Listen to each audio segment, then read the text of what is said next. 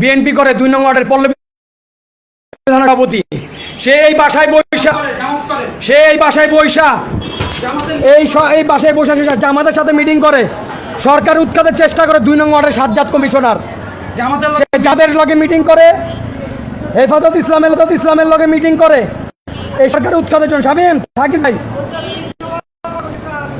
থাকিস ভাই, সাজ্জাদ এই ওয়ার্ডে এই বাসার নিচে না বৈশা, এই অফিসের ভিতরে বসে সরকারের ভিতরে আদালতে গিয়ে স্বীকার দিব এই সাজ্জাদ বিএনপির সাজ্জাদ সরকারের বিরুদ্ধে নাশকতার জন্য তৈরি থাকে, নাশকতার জন্য জামাত ইসলাম নিয়ে মিটিং করে এই বিএনপির এই যে আমাদের নিচে অফিস, এই জন্য আমরা বলছি যে তুমি রাখতে পারবা না আমাদের ঘরে, সে জোর করে বিএনপির অফিস সে অফিসে সাজ্জাদ 2 নম্বর অনেক গোপন আছে সাজ্জাদের সব।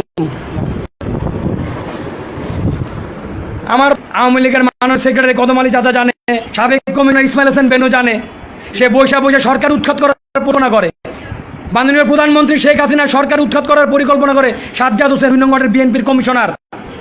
এটা মাননীয় প্রধানমন্ত্রী আপনার কাছে বিচার চাই, ওনার না আমাকে ধরে নিয়ে যায়, আমাদের কোনো অন্যায় নাই, আমাদের নামে ওনার জন্য মামলা দেয় সাজ্জাদ সাহেবের জন্য। মাননীয় প্রধানমন্ত্রী শেখ হাসিনা আপনি খোঁজ নিয়ে দেখেন 2 নম্বরে আমরা সন্ত্রাস পাচকদেরকে হুমকি দামকি দেন, এই সরকার উৎখাত করার মিটিং করেন এই অফিসে বাসার নিচে বৈশা, তাই না? বাসার নিচে বৈশা সাজ্জাদ সাহেব সেখানে জামাত ইসলামদেরকে নিয়ে মিটিং করছে, আপনারা খোঁজ দেখেন। আমি পুলিশ প্রশাসন ভাইদেরকে বলতে চাই, সাজ্জাদ হোসেন 1 সপ্তাহ আগেও মিটিং করছে জামাত ইসলামকে নিয়ে, শেখ হাসিনা সরকার উৎখাত করা এই পরিকল্পনা করছে। হেফাজত ইসলামের সময় সাজ্জাদ সাহেব লক্ষ লক্ষ টাকা বিতরণ করছে, শেখ হাসিনা সরকার যেন উৎখাত হয়, এই সেই সাজ্জাদ কমিশনার বিএনপির।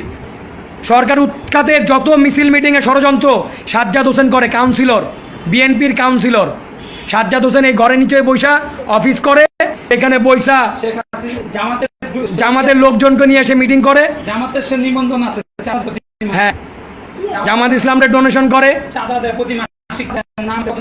হ্যাঁ আইন শৃঙ্খলা বাহিনী তদন্ত করেন, সে ডোনেশন করে। মাননীয় প্রধানমন্ত্রী শেখ হাসিনার সরকারের জন্য বিএনপির কাউন্সিলর সাজ্জাদ এই অফিসে বৈশা জামাত ইসলামের সাথে মিটিং করে কিভাবে এই সরকার উৎখাত করা যায়। আমি সজ্ঞানে বলতেছি, যাই না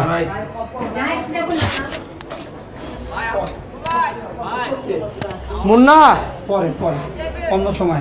মুন্না কথা আছে, কালকে কথা বলবো। না দিব কথা কইব ভাই।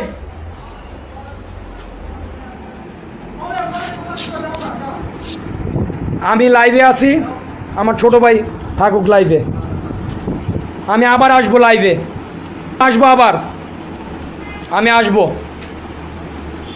আমি লাইভে থাকবো।